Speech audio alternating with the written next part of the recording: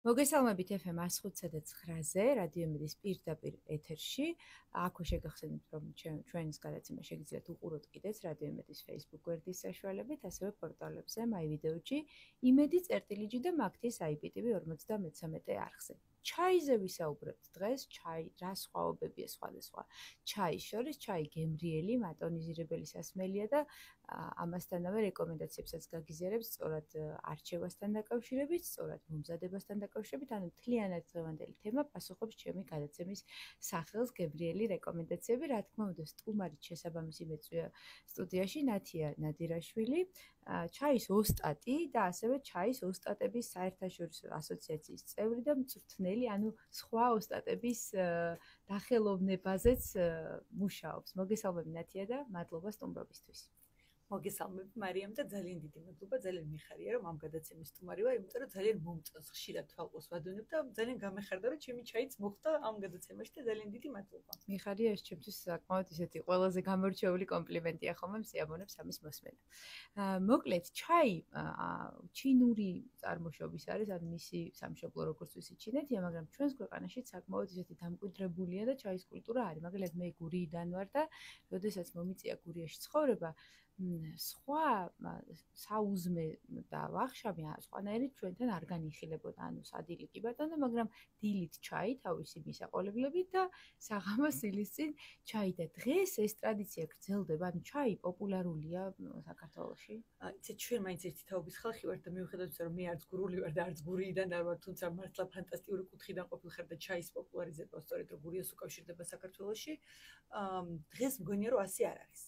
მაგრამ სანაც უფრო მეტად დაიხვეწა ჩაის კულტურა, შეიძლება არ იყოს ამ ინტენსივობით, მაგალითად ყველა საუზმის და ვახშმის შემადგენელი, მაგრამ უფრო მეტად კულტურული გახდა ჩაის ხარისხი გაიზარდა. ხარისხი გაიზარდა, კი, იმიტომ რომ მეც ჩემს ბავშვობაში არც ერთი საუზმე სკოლის პერიოდში შემიძლია თამამად ვქვა, რომ უბრალოდ არ მახსოვს არც ერთი საუზმე ჩაის გარეშე. ყველა ეს იყო საუზმის მთავარი ატრიბუტი, ასე ვთქვათ, ჩაი. კი, გეთანხმები და თან ჩაისთან დაკავშირებით, ვინც არ არის ძალიან გათვითცნობიერებული ამ საკითხში, რაღაც ისეთი ბანალური წარმოდგენა, რომ რაღაც სცენარია, ვასხამთ დუღარე წყალს და შემდეგ ვისაც ტკბილი უყვარს შაქარს ამატებს, ვისაც არა უშაქროს მიწვევს და ნუ ლიმონით და სულ ეს არის, მაგრამ ჩაის მომზადება არის უდიდესი ხელოვნება და ჩაის შორისაც არის, სახეობებს შორის არის სხვაობა. ჩვენ გაგვიგია, მაგრამ ვიცით, შავი ჩაი, მწვანე ჩაი, თეთრი ჩაი, რომელიც ყველაზე უფრო ძვირფასია და ამითი რომ დავიწყოთ, ანუ რა სხვაობებია ჩაის სახეობებს შორის. ძირითადად გქონიათ რომ სხვადასხვა ბუჩქი, სხვადასხვა მცენარეა და რომ განუმარტო მსმენელს რას წარმოადგენს სხვადასხვა ჩაი. კი ბატონო, სანამ ამ განმარტებაზე გადავალ, აი ამ ხელოვნებას რაც შეეხება, მინდა არ შეიძლება ბევრ ადამიანმა ეს არ იცოდეს, არის ჩაის სახეობები და არის ჩაის ნაყენები, რომლის მომზადების უფლებაც ყველა მასტერს არ აქვს. ძალიან ბევრწლიანი სწავლების და პრაქტიკის შემდეგ იღებ უფლებას, რომ ეს კონკრეტული ნაყენი მოამზადო. ამ სეთ მაღალ ხელოვნების დონეზე ყავთ აყვანილი ჩაის მომზადება ძირითადად აღმოსავლურ კულტურაში, როგორც აღნიშნე. რაც შეეხება თვითონ ჩაის. ზოგადად ჩაი ეს არის მცენარე და ეს არის ნაყენი, რომელიც უშუალოდ ჩაის ბუჩქისგან მიიღება და მისი ბოტანიკური სახელწოდება არის Camellia sinensis. თუმცა, იმდენად მძლავრია ამ სასმელის პოპულარობა მთელ სამყაროში, რომ ყველა ცხელსასმელს წაართვა იდენტობა, ერთადერთი სადაც ეს ვერ მოახერხა, ეს არის ყავა, სხვა ყველაფერი დანარჩენ ცხელსასმელს დააკარგინა თავის თავი და დღემდე მთელ მსოფლიოში, არა მხოლოდ საქართველოში დამკვიდრებული არის ტერმინი, მაგალითად, ჟოლოს ჩაი, საცხვის ჩაი, რაღაც ჩაი დამოუკიდებელი. ჩაი არის თვითმყოფადი დამოუკიდებელი სასმელი, ეს ყოფილი არის ცხელი მცენარეული ნაყენები, კი, რომელიც შეგვიძლია ჩაის ერთადაც შევურიოთ, მაგრამ თვითონ ჩაი არის Camellia sinensis პროდუქტი. რაც შეეხება მის მრავალფეროვნებას, აბსოლუტურად მართალი ხარ და მე ვიცი, შენ ძალიან კარგად ფლობ ინფორმაციას ჩაის შესახებ. შავიც, მწვანეც და თეთრი ჩაიც და ამ ბოლო დროს უკვე ასეთი პოპულარული მაჩაც არის ერთი ბუჩქის პროდუქტი, ანუ ნედლეული ყოველთვის არის ერთი. განსხვავება არის მის დამუშავების პროცესში, მისი დაჟანგვის, ღნობის, გრეხვის, გაშრობის და ასე შემდეგ. ასევე ძალიან მნიშვნელოვანია ბუჩქის რომელ ნაწილს ვიყენებთ დასამუშავებლად. აი ამ ყველაფრის შემდეგ თუ როგორ ფერმენტაციას გადის, გავიღებთ საბოლოო პროდუქტს, რომელიც არის ან გრადად ფერმენტირებული შავი, ან უფრო მსუბუქად მწვანე, ან ძალიან მსუბუქად უკვე თეთრი ჩაი. ბუჩქი თვითონ ჩაის ბუჩქი გვინახავს ყველას, ნუ დარწმუნებული ყველას უნახავს ჩვენს მსმენელსაც და ალბათ ცოტამ თუ იცის რომ მხოლოდ 3 ფოთოლი იკრიფება ხოლმე, ან 2 ან 1, ხომ? აი ამას დანარჩენ ფოთლებს რა მოსდით და რატომ არ შეიძლება მაგალითად მომდევნო ფოთლების დაკრება? მოკლედ ძალიან идеალური არის მწარმოებელი, რომელიც მხოლოდ ამ სამ ფოთოლს კრებს, მაგრამ ხშირ შემთხვევაში ეს ასე არ ხდება. თუ ჩვენ მაღალი ხარისხის და მაღალი კლასის ჩაიზე ვსაუბრობთ, რა თქმა უნდა, იქ დაშვებული არ არის უბრალოდ მეტი ფოთლის დაკრეფა. მაგრამ ხშირ შემთხვევაში, როდესაც ჩვენ middle range ეგრეთ წოდებულ სამარკეტო პროდუქტებზე ვსაუბრობთ, იქ რა თქმა უნდა, სამ ფოთოლს ხდება ქვემოთ ეს მოკრეფის ინტენსივობა, რადგან პრაქტიკულად არ არსებობს სამყაროში იმ რაოდენობის სამი ფოთოლი, რომელიც მთელი მსოფლიოს ჩაის დაკმაყოფილებას უზრუნველყოფს, მიუხედავად იმისა, რომ აღმოსავლეთის კულტურაში უზარმაზარი პლანტაციებია, საქართველოში უკვე არანაკლები, მაგრამ აქ საუბარია მაღალი ხარისხის ჩაიზე, რომლის საბაზრო ღირებულებაც საკმაოდ ძვირად ღირებულია, არ არის სამარკეტო პროდუქტები და ყოველთვის ხელმისაწვდომი არ არის. რაც შეეხება ეგრეთ წოდებულ საშუალო კლასის ჩაის, რომელიც სამარკეტო პროდუქტი და თითოეული ჩვენგანი ყოველდღიურ ცხოვრებაში მოიხმარს, აქ უკვე შედარებით დაბალ ფოთლებზეა საუბარი და აქ უკვე არ არის არც ეს მაგალითად მომდენო რამოდენიმე რიგის ფოთოლიც აბსოლუტურად მისაღებია გამოსაყენებლად, აქ უკვე ძალიან მნიშვნელოვანი არის მისი თერმული დამუშავების პროცესი. თუ როგორ რამდენად სწორად და კარგად გადის თერმული დამუშავების პროცესი. ასევე ძალიან მნიშვნელოვანი არის დრო, რა დროს არის ეს ფოთოლი დაკრეფილი, როგორი არის იმ დროს ჰაერში ტემპერატურა, ტენიანობა და ასე შემდეგ. აი ეს ყველაფრის ერთობლიობა უკვე იძლევა შედარებით უკეთესი ჩაის მიღების შესაძლებლობას. ხოლო როდესაც ჩვენ ამ უკიდურეს ზედა სამფოთოლზე, უკიდურეს დუყებზე და ყორტებზე ყვავილედზე ვსაუბრობთ, აქ არის უკვე ძალიან მაღალი ხარისხის ჩაიზე საუბარი და აქ უკვე ძალიან სპეციფიურ დროს, უკიდურესი ტენიანობის პირობებში ისე რომ ფოთოლი არ დალპეს, არც ისე რომ ზედმეტად არ დაწყდეს, აი იდეალური სიზუსტით იკრიფება, მუშავდება და შესაბამისად მის საბაზრო ღირებულება არის ცოტა და საბაზრო ღირებულებიც საკმაოდ მაღალი.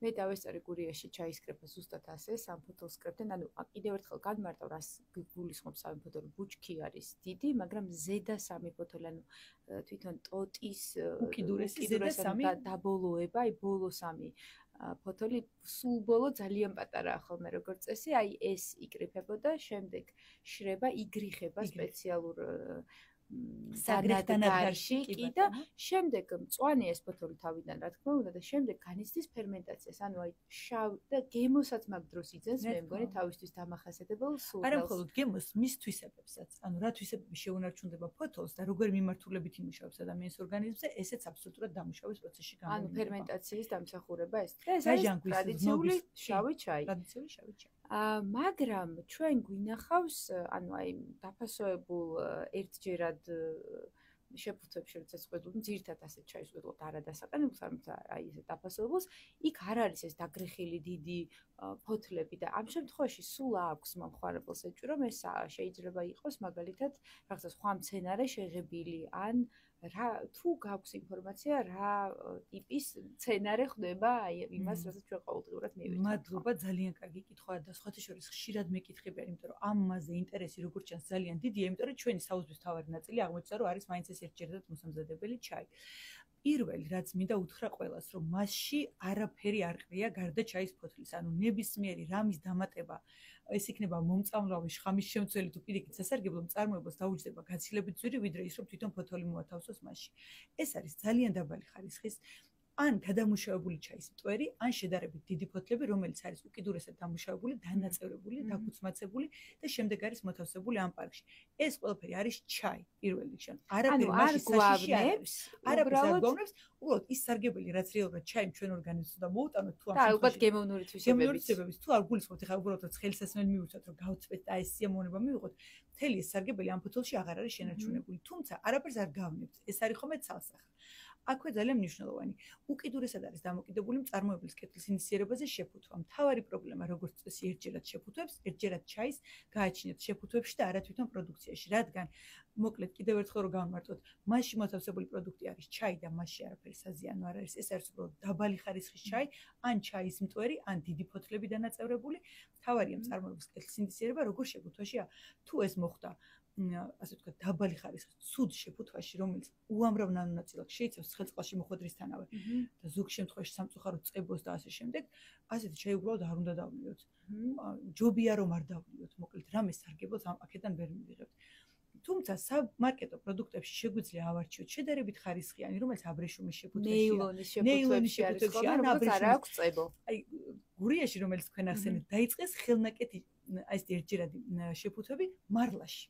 და ამაზე მართლა კეთილშობილი არაფერი არ არსებობს და რაც თქვენ ახსენეთ, რომ იქ არის დანაწევრებული პირდაპირ ეს ჩაი, დაგრეხილი ჩაია მოთავსებული მარლაში ახოვენ და ეს არის ხელნაკეთი, მაგრამ ძალიან კარგი ხარისხის ერთჯერადი ჩაი და გირჩევთ თუ აი ესეთი ტიპის შეიძინოს, თუ არ არის ხელმისაწვდომი ხარისხიანი ერთჯერადი შეფუთება, ეს ხელნაკეთი ქართული ჩაი შეიძლება არ ვიცი რამდენად მართალია ესეთი მითი მსმენია, რომ პირველი ეს ერთჯერადი ჩაი ინგლისში შეიქმნა, როდესაც ყიდნენ ჩაის, უბრალოდ აი ესე მარლაში მოათავსეს და იმდენად მჭიდროდ მოხდა შეკვრა, რომ უკვე მყიდველმა ვეღარ სახლის პირობებში ვეღარ მოახერხა გახსნა და იძულებული იყო, რომ მარლიანად დაეყენებინა და შემდეგ გაჩნდა აქედან იდეა, რომ ასე ხომ არ გავყიდოთ და პირველი ერთჯერადი ჩაი ყოველ შემთხვევაში მარლა ნამდვილად უფრო უსაფრთხოა, მაგრამ ალბათ ფასეც აისახება, არ ამგონია რომ მარლაში ხელით ხელნაკეთი ჩაი იაფიღირდეს და ყოველდღიურად ყველასთვის ხელმისაწვდომი იყოს. ამიტომ სახლის პირობებში მაინც უმჯობესია ალბათ ეს რეკომენდაცია გავცეთ, რომ იყიდოთ დასაყენებელი ჩაი და ჩაიდანში თავად დააყენოთ,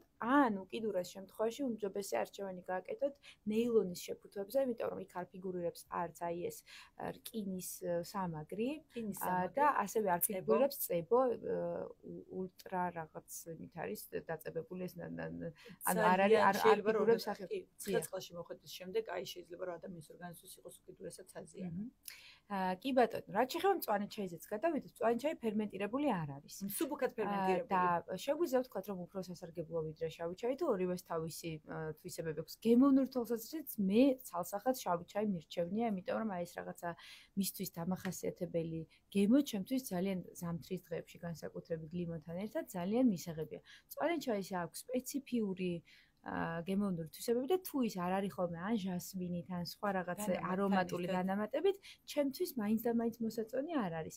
მაგრამ სასარგებლო თვალსაზრისით ეს ინდივიდუალურების რომელი მოწონს, მაგრამ სასარგებლო თვისებებით თუ გამოირჩევა, სასარგებლო თვისებები აქვს ორივე ჩაის და ამ შემთხვევაში არ გავცემ ხოლმე რეკომენდაციას, რომელი ჯობს რომ მიირთოთ. გააჩნია რისთვის გჭირდებათ, ან დღის რომელ მონაკვეთში მიირთმევთ, ეს არის ძალიან მნიშვნელოვანი. რაც შეეხება შავ ჩაის, თქვენ აღმოჩნდით, არ არსებობდა სხვა შორის ამის კვლევა და აი ამ წლევანდელი წლის ბოლოს სრულდება, თუმცა მე წინასწარი მონაცემები უკვე ვიცი, რომ აბსოლუტურად ჩვენი ქვეყნის აბსოლუტურ უმრავლესობას უყვარს შავი ჩაი. მთავარი სასმელი ჩაის მიხედვით არის ჩაის არჩევანში არის შავი ჩაი.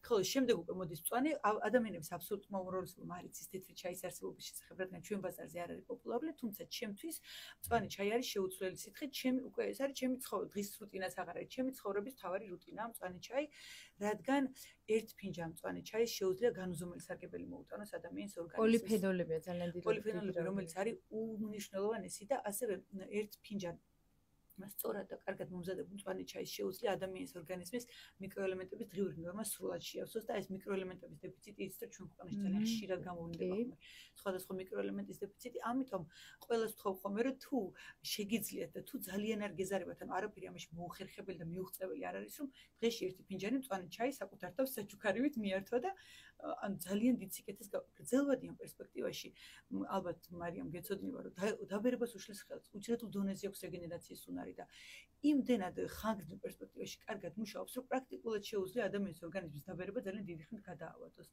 ამიტომ მწვანე ჩაი არის შეუცვლელი სითხე.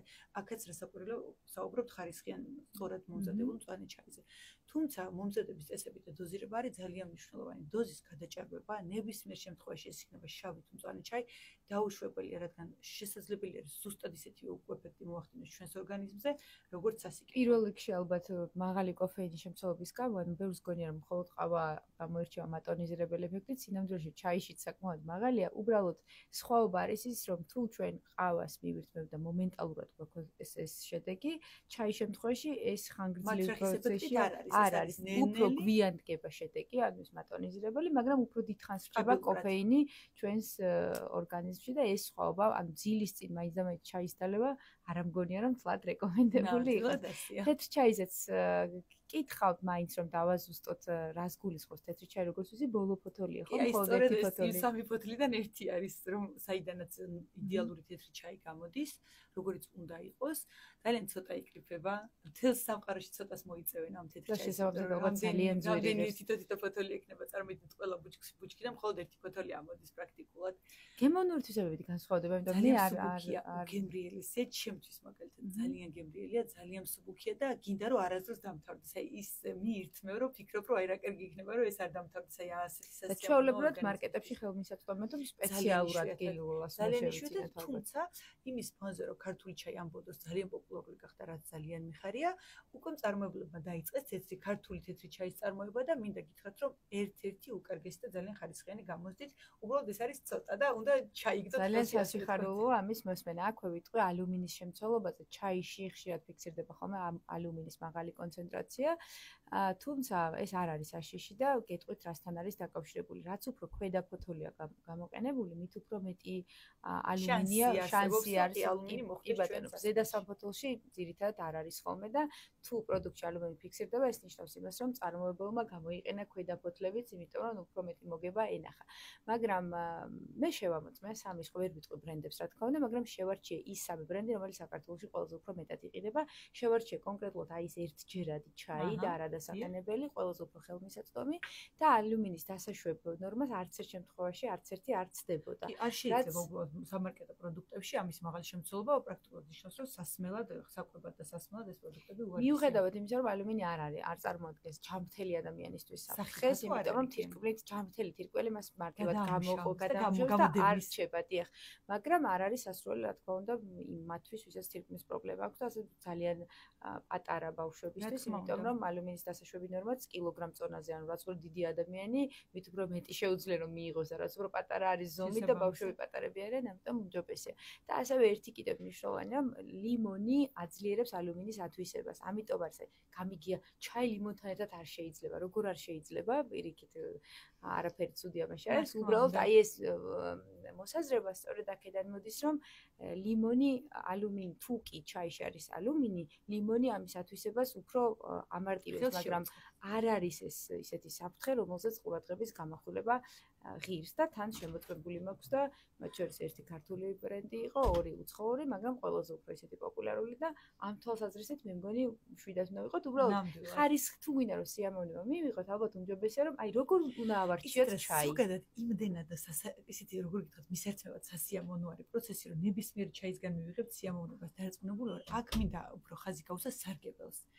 ძალიან სასარგებლო მცენარეა, რაც კი სამყარო მკაცობრიობას მისცა ერთ-ერთი უნიკალური მცენარეა და თუ ეს სარგებელი გვინდა რომ მივიღოთ, რასაც ბუნება თავისთავად გვთავაზობს, აი მანდ არის საჭირო ხარისხიანი ჩაი და ამის შეიძლება შეუძლია რომ მომხმარებელს აი შეუიარაღებელი თვალით არჩევანი გააკეთა, აი როგორ უნდა მიხვდეს. მომხმარებელს კი არა, მეც მიუხედავად იმისა, რომ მე უკვე ექსპერტი ვარ და შემიძლია მართლა შეუიარაღებლად განვასხვავო, მეც გამიჭირდება თუ ეს მithumetes დანაწევრებულია, ხო, თუ ფოთოლს არ ხედავთ, ხო, სანამ სუნს არ ნახავ წყალთან კომუნიკაციას არ ნახავ, არ გაჭრისავ, არ გაჭმტავ, აი კარგად სანამ არ მე მაგალითად გონია რომ აი დაგრეხილი ფოთოლი რომ არის, საიმედოდ გამოიყურება და აუცილებლად ყოველთვის ვითვალისწინებ სურნელს, იმიტომ რომ არ უნდა გქონდეს აი ცოტა ობის მაგვარი სურნელი, ფერმენტაციას რომ გადის, სინესტე ძალიან შეიძლება საშიში გახდეს უკვე აფლოტოქსინები გაჩნდეს მაშინ და ამიტომ აი ეს ჩაისთვის დამახასიათებელი არომატი და სურნელი აუცილებლად აი ამას ვითვალისწინებ ხოლმე ხარისხის შემთხვევაში და ალბათ ესეც გასათვალისწინებელია. კი, აუცილებლად განსაკუთრებით შავი ჩაის ან ნებისმიერ ჩაის, რომელსაც დანამატი არ აქვს. ხო, დანამატმა შეიძლება გადაფაროს, გემოს დაეხმაროს გაუმჯობესებაში. ხილის დანამატი ციტრუსის და ასე შემდეგ, მაგრამ თუ ჩვენ დანამატის გარშე ჩაის მივირთვოთ ამ სარგებლისთვის, მაშინ მის მკვეთრი კარგი გემო ძალიან სასარგებლოა და ძალიან სასიამოვნო. როგორ მოვამზადოთ სწორად? ეს არის იმხელა ამბავი, რომ ვეცდები ძალიან სახლის პირობებში, ავიღოთ ორი ჩაი, შავი ჩაი და მწვანე ჩაი, რაც ყველაზე უფრო აქტუალურია და ალბათ ყოველდღიურობის ნაწილი და უბრალოდ დარწმუნებული ვარ, რომ ადამიანების უმეტესობა უბრალოდ დუღარა წყალს ასხამს და ეს არის გამოსავალი. ეს სინამდვილეში ნამდვილად ეს არის, ანუ ეს არის ჩაის და ჩაის ფოთლების და წყლის ურთიერთობა, რაც არ უნდა ბევრი მაგრამ აი ტემპერატურას აქვს მნიშვნელობა? მე მგონი 100 გრადუსი არ უნდა იყოს. რა თქმა უნდა, ყველაფერს ძალიან დიდი მნიშვნელობა აქვს, თუმცა საბოლოოდ ამ ორი პროდუქტის ერთობლიობით გამოდის აი ეს მართლა ჯადოსნური სითხე. პირველი და ყველაზე მნიშვნელოვანი უნდა ვიცოდეთ რა დროს მივირთმევთ. თუ ჩვენ დილას ვიმზადებთ, უნდა მოვიმზადოთ შავი ჩაი. ნებისმიერ შემთხვევაში გირჩევთ რომ დასაყენებელი ჩაი მოვამზადოთ, მით უმეტეს თუ ოჯახისთვის ამზადებთ საუზმეზე, ყველა უფრო მარტივი და სწრაფიც არის განსხვავებით თითქოს ეს ერთჯერადი შეფუთა უფრო მოქნილია, მაგრამ როცა ბევრისთვის ვამზადებთ, აი ეს ჩაიდანში მომზადებული უფრო სასარგებლოა. უმჯობესია რომ წყალი არ იყოს 100 გრადუსზე ადუღებული და იყოს გაცხელებული 90 გრადუსზე. შავი ჩაის შემთხვევაში ავადუღოთ და გავაგრილოთ. არა, მივიყვანოთ ადუღებამდე. ეს არის იდეალური. დუღარი არ მივიღოს, თუმცა ამას რა თქმა უნდა არავინ არ აკეთებს, მაგრამ სწორი მომზადება იქნებოდა ასეთი. იდეალური ტემპერატურა არის 80-დან 85 გრადუსამდე, თუმცა შეგვიძლია 90 გრადუსამდე. გადადუღებული და გადამწიფებული წყალი აღარ გამოვიყენოთ, ორჯერ, სამჯერ არ გადავადუღოთ და მე ის წყალი არ დავსვათ, რადგან აი სიცინცხლეს ეს მარტივი რეკომენდაციები. საშუალო ზომის ჩაიდანში, სადაც მაგალითად 3 ან მაქსიმუმ 4 ფინჯანი მოთავსდება, შეგვიძლია ერთ ჩაიდანში ერთი კარგად სავსე შავი ჩაი მოვათავსოთ და ასე ვთქვათ, პირამდე გავავსოთ. კოვზი, თუ რა? კოვზი, კი, სავსე კოვზი და დავაყოვნოთ 3-4 წუთის განმავლობაში და უკვე საკმაოდ სასმელად მზად არის. თუ უფრო ძლიერი ნაყენის მომზადება გვინდა, უფრო მატონიზირებელი და მკვეთრი გამომფხიზრებელი ეფექტისთვის, შეგვიძლია ცოტა მეტად დავავარგოთ და მაგალითად 6-7 წუთი, 8 წუთის შემდეგ უკვე მაგრამ ბავშვებისთვის შეიძლება სარისკო იყოს, იმიტომ რომ შეიცავს კოფეინს და ეს აუცილებლად გასათვალისწინებელი. კლასში რომ მასწავლებლები ჩივიან, რომ ბავშვს ვერ ვაჩერებ, ამის უმეტესი სამსახურება არის ხოლმე დილას საუზმეზე მომზადებული შავი ჩაის. ეს ჩემი აზრი არ არის, ეს არის სამეცნიერო კვლევა, რომელიც ცოტა ხნის წინ გამოქვეყნდა და ხშირად ამბობენ, რომ ბავშვს გაკვეთილზე ვერ ვაჩერებ, იმიტომ რომ 20 წუთის წინ ძალიან ძლიერი ჩაი გააქტიურდა და საგაკვეთილო პროცესში დაიწყო კოფეინმა აქტიური მუშაობა და ვეღარ ჩერდება შესაბამისად, ბევრი ენერგია მოუბრუნდა და ვერ ჩერდება. ამიტომ მშობლებს ვთხოვ ხოლმე, რომ არ მომზადოთ ბავშვებისთვის 1 და 2 წუთი აბსოლუტურად საკმარისი, მეტი არ ჩერდება ბავშვისთვის ჩაის მომზადებას. რაც შეეხება მწვანე ჩაის, აქ წყლის ტემპერატურა უფრო უნდა დავწიოთ, ანუ იდეალური იქნება 65-დან 70 გრადუსამდე. ანუ მდუღარეს არის და ის იქიდან გამოვა თავისი არომატები, თუ კი წყალი ცხელი არის. სწორედ ეს არის, სადაც დაუზიანებლად ნარჩუნდება მიკროელემენტები, სადაც აი ყველა სასარგებლო თვისება ნარჩუნდება ისე, როგორც უნდა იყოს და მოეწოდება ჩვენს სხეულს ისეთი, როგორიც უნდა მიიღოს. მიუხედავად იმისა, რომ მე იდეალური მომზადების წესები ვიცი, მე თვითონ ვარ ცხელი სასმელის მოყვარული და მიყვარს ხოლმე ცოტა მაღალ ტემპერატურაზე მომზადება. თუმცა ზოგადად ჩაის მირთმევის კულტურა ითვალისწინებს, რომ პირველივე ყურზე პირი არ უნდა დაგვეწოს, ან წყალი ისე უნდა იყოს ტემპერირებული, რომ მე თუ ჩაის შემოგთავაზებ, თქვენ უნდა შეძლოთ მაშინვე მირთმევა. რადგან აი სიცინცხლე და სიახლე მიიღოთ. შემდეგ შეგვიძლია დავაყოვნოთ მეორე წყალი დავასხათ და ცოტა დიდხანს გავაჩეროთ, შემდეგ მესამე და ყოველ ჯერზე სხვადასხვა სიკეთე მიიღოს ჩვენმა ორგანიზმმა. მაგალითად, პირველ ჯერზე თუ აი ეს პოლიფენოლები და მიკროელემენტები მოდის, მეორე ჯერზე მოვიდეს მატონიზირებელი ეფექტი, მერე მოვიდეს კოფეინი და ასე შემდეგ. ძალიან მნიშვნელოვანი არის ვიცოდეთ, რომ დაძინებამდე 2 საათი და ჩაის მიღება უნდა შევწყვეტოთ. თუ ჩვენ ვაპირებთ დაძინებას, 2 საათი გჭირდება იმისთვის, რომ ორგანიზმმა მიიღოს, გადაამუშავოს და სითხისგან დაიცავოს. ამიტომ ეგეც გასათვალისწინებელი. დაყენებული ჩაის ხელმეორედ გამოყენება არ შეიძლება. ანუ ის ჩაიდან ამაგლად დილით დავაყენე შავი ჩაი, მივირთვით დარჩა ჩაიდანში ეს ფოთლები და საღამოს კიდევ დაუბრუნდით და იგივე ჩაის გამოყენება შეიძლება თუ არა. არსებობს ჩაი, არსებობს უნიკალური ჩაი, რომელსაც მთელი დღის ჩაის ვეძახით და თქვენ დილის 9 საათი შეგიძლიათ დაიწყოთ და საღამოს 9 საათამდე შეგიძლიათ 12 პირი წყალი გამოუცვალოთ. მაგრამ თუ ჩვენ ჩვეულებრივ ჩაიზე ვსაუბრობთ, როდესაც ჩვენ ყოველდღურად მივირთმევთ, მხოლოდ მწვანე და თეთრი ჩაის შემთხვევაში გავცემდი რეკომენდაციას, რომ თუ დავცალეთ ჩაიდანი და იქვე დავასხით მომდევნო ცხელი წყალი. ამ შემთხვევაში შეიძლება სასარგებლოც იყოს და უფრო მეტი სიკეთე მოგიტანოთ, მაგრამ არავითარ შემთხვევაში რაც თქვენ თქვით, რომ დილას დავაყენე, დავტოვე და საღამოს დავიწყე განახლება, ამ შემთხვევაში არათუ სარგებელს უკვე ჯობს მოგრა საშიშიც გახდეს და უბრალოდ გადაუყაროთ. კი, ორგანიზმს მოვარდოთ, თუმცა იქვე განმეორება აბსოლუტურად მისაღებია. კი ბატონო, ბევრი ვისაუბრეთ ჩაიზე და ჩაი ვიცით, რომ ცხელი სასმელია ზოგადად და არ არის სეზონი ცხელი სასმელების, მიუხედავად რომ მე ზაფხულში მაინც მივირთმევ ხოლმე. მეც მარიამ თელი ზაფხული ჩაისაც, მაგრამ ალბათ უფრო ნაკლებ მოთხოვნადია ხოლმე ზაფხულის პერიოდში და საინტერესოა თუ არის შესაძლებელი ჩაის ცივად მომზადება. ცივი ყავა ყველას გაგვიგია და თუ შეგვიძლია, თუ არსებობს რეცეპტი და ვხედავ რომ Facebook მაყურებელიც გხედავს ალბათ მომარაგებული ხართ ჭიქებით. თან ვისაუბრებ და თან მოგიმზადებ, იმიტომ რომ არ ვიცი რამდენი დრო გვაქვს მოვასწრებ თუ არა მინდა რომ გაგასინჯოთ. ცივი ჩაი ზუსტად ისეთი პოპულარულია როგორც ცხელი. ერთი საკითხი მინდა უბრალოდ აღნიშნო და ასე ვთქვათ, შეიძლება გაითვალისწინოს ჩვენ მოსმენელმა. საკითხი არის ასე, რომ ჩაის ვამზადებთ ცხლად, ნებისმიერ შემთხვევაში, თავიდანვე ცივად არაფერს არ ვამზადებთ, ანუ ვამზადებთ ნაყენს, შედარებით მომცროდ, აუცილებლად ცხლად და შემდეგ აი ამ მომცრო ზომის ცხელ კარგად დავარგებულ ნაყენს ვათავსებთ ყინულებიან ჭიქაში. და მერე ცივდება. მერე ცივდება, ანუ ცივად ჩაის, ანუ ვერ მოგცემს ფოთოლი იმ სიკეთეს, რაც უნდა მოგცეს, თუ ცივი წყლით მომზადებთ, ანუ ძალიან დიდი დრო დაჭირდება და თვალხიბულიც იქნება ეს ყველაფერი, პრაქტიკულად შეუძლებელი ამის ცივად კი ბატონო.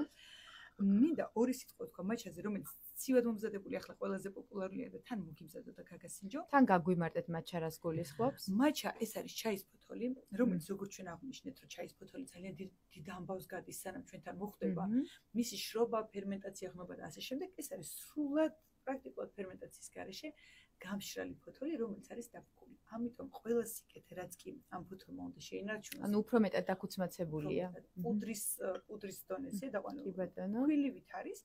რომელსაც უმარტივესად და ერთ სპეციალური კოვზი აქვს, რომელიც 1 გრამს იწონის, დაახლოებით ამ 1 გრამს მოათავსებთ თქვენ თასში, მოიმზადებთ და ცხელი წყლით შეგიძლიათ ერთადერთი რომელიც შეგიძლიათ დასაწყისშივე ცივი წყლით მოამზადოთ. რადგან დაწვრილად არის კი, არ ჭირდება პრაქტიკულად დრო იმისთვის, რომ ფერი გამოუშვას გემონური თვისებები, წყალთან კონტაქტი ძალიან მაგრამ თუ არ გვაქვს მაჩა და გვაქვს ჩვეულებრივი მწვანე ან შავი ჩაის სახლის პირობებში, იგივე ცივი ჩაის მომზადება შეგვიძლია.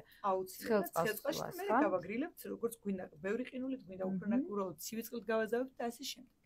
ერთ ფინჯან მაჩას შეუძლია დილით ჩვენი ორგანიზმი ძალიან გამოაცოცხლოს, ააყვავილოს საჭირო ენერგიით შეავსოს და ადამიანის ორგანიზმით საჭირო მიკროელემენტების ღიური ნორმით შეავსოს. თუ მოგეწონება, ანუ არაფერი მეტი არ ჭირდება, უბრალოდ ეს არის ძალიან მარტივად. რა თქმა უნდა, მე როცა ჩემთვის ვიმზადებ ხომ მთელი რიტუალი, მაგ დილას ვჭდები დიდხანს ვურევ, ანუ ეს და კარგად გაიხსნას ერთი და ბალახების სცენარები, გაზაფხულის სუნია. მგონია მთელ სცენარებს შენ სხეულში უშვებ, მგონია რა აყვავილებას მთელ შენ სხეულში უშვებ. და უფრო აი გადამუშავება ნაკლებად ეტყობა, ანუ თითქოს აი ცოცხალ პროდუქტს ამ ასეთი გემო აქვს კი ნამდვილად. ანუ ეს შეგვიძლია რომ ჩვეულებრივად სახლის პირობებშიც მაჩას მომზადოთ, თუ არ გვაქვს მაჩა, მაშინ შავი ან მწვანე ჩაი. აქვე მინდა ჩვენს მსმენელს ვურჩიო რომ ყოველთვის უმჯობესია უშაქროთ მიირთვათ ნებისმიერ ნაყენი, მათ შორის ჩაიც, სასარგებლო თვალსაზრისითაც და ასევე რა თქმა უნდა გემოვნური თვისებების გასაგებადაც ბევრი ამბობს რომ არ შეუძლიათ, მეც ძალიან გამეჭირდა თავიდან შაქრიანს მივუთმევდი როგორც ჩაის და ასევე ყავას და ერთ რეკომენდაციას გაგიმხელთ 2 კვირის განმავლობაში დაახლოებით 10 დღის 2 კვირის განმავლობაში შეეცადეთ რომ უშაქროთ მიირთვათ, შეიძლება ბოლომდე ვერ დაცალოთ ჩეკა, იმიტომ რომ უგემური მოგეჩვენოთ, მაგრამ აი ეს 2 კვირა გაძელით, რამდენსაც შეძლებთ დალიეთ ხოლმე და შემდეგ 2 კვირის გასვლის შემდეგ თქვენ ვეღარ დალებთ ტკბილ ვერც ყავას, ვერც ჩაის და ასე უფრო ჯანსაღი გახდება თქვენი ყოველდღიურობა. უდიდესი მადლობა, კიდევ იმდენად დიდი თემაა ჩაი, რომ ჩვენ ვერ ამოვწურეთ ბუნებრივია, იმიტომ რომ ბევრ ქვეყანას აქვს თავისი ტრადიცია, ჩაის დაყენების, ჩინეთში სხვანაირად მიირთმევენ, ინგლისში, სადაც ასევე ძალიან მაღალ დონეზე ჩაის კულტურა სხვანაირად და კიდევ ერთხელ აუცილებლად ახალ სეზონზე დაგელოდებით ჩაისთან დაკავშირებით სასაუბროთ. ძალიან დიდ მადლობას მოგახსენებთ და აქვე ჩვენს მსმენელს შევახსენებთ, რომ ჩემი დღევანდელი გემრიელი რეკომენდაციების თემა იყო ჩაი და მისი სტუმარი ნათია ნადირაშვილი, ჩაის ოსტატი და ასევე ჩაის ოსტატების საერთაშორისო ასოციაციის წევრი და მწვრთნელი, რომელიც ატრენინგებს სხვა ოსტატებს. ძალიან დიდი მადლობა, მე მომავალ 4 შაბათამდე გემშვიდობებით ნახვამდის.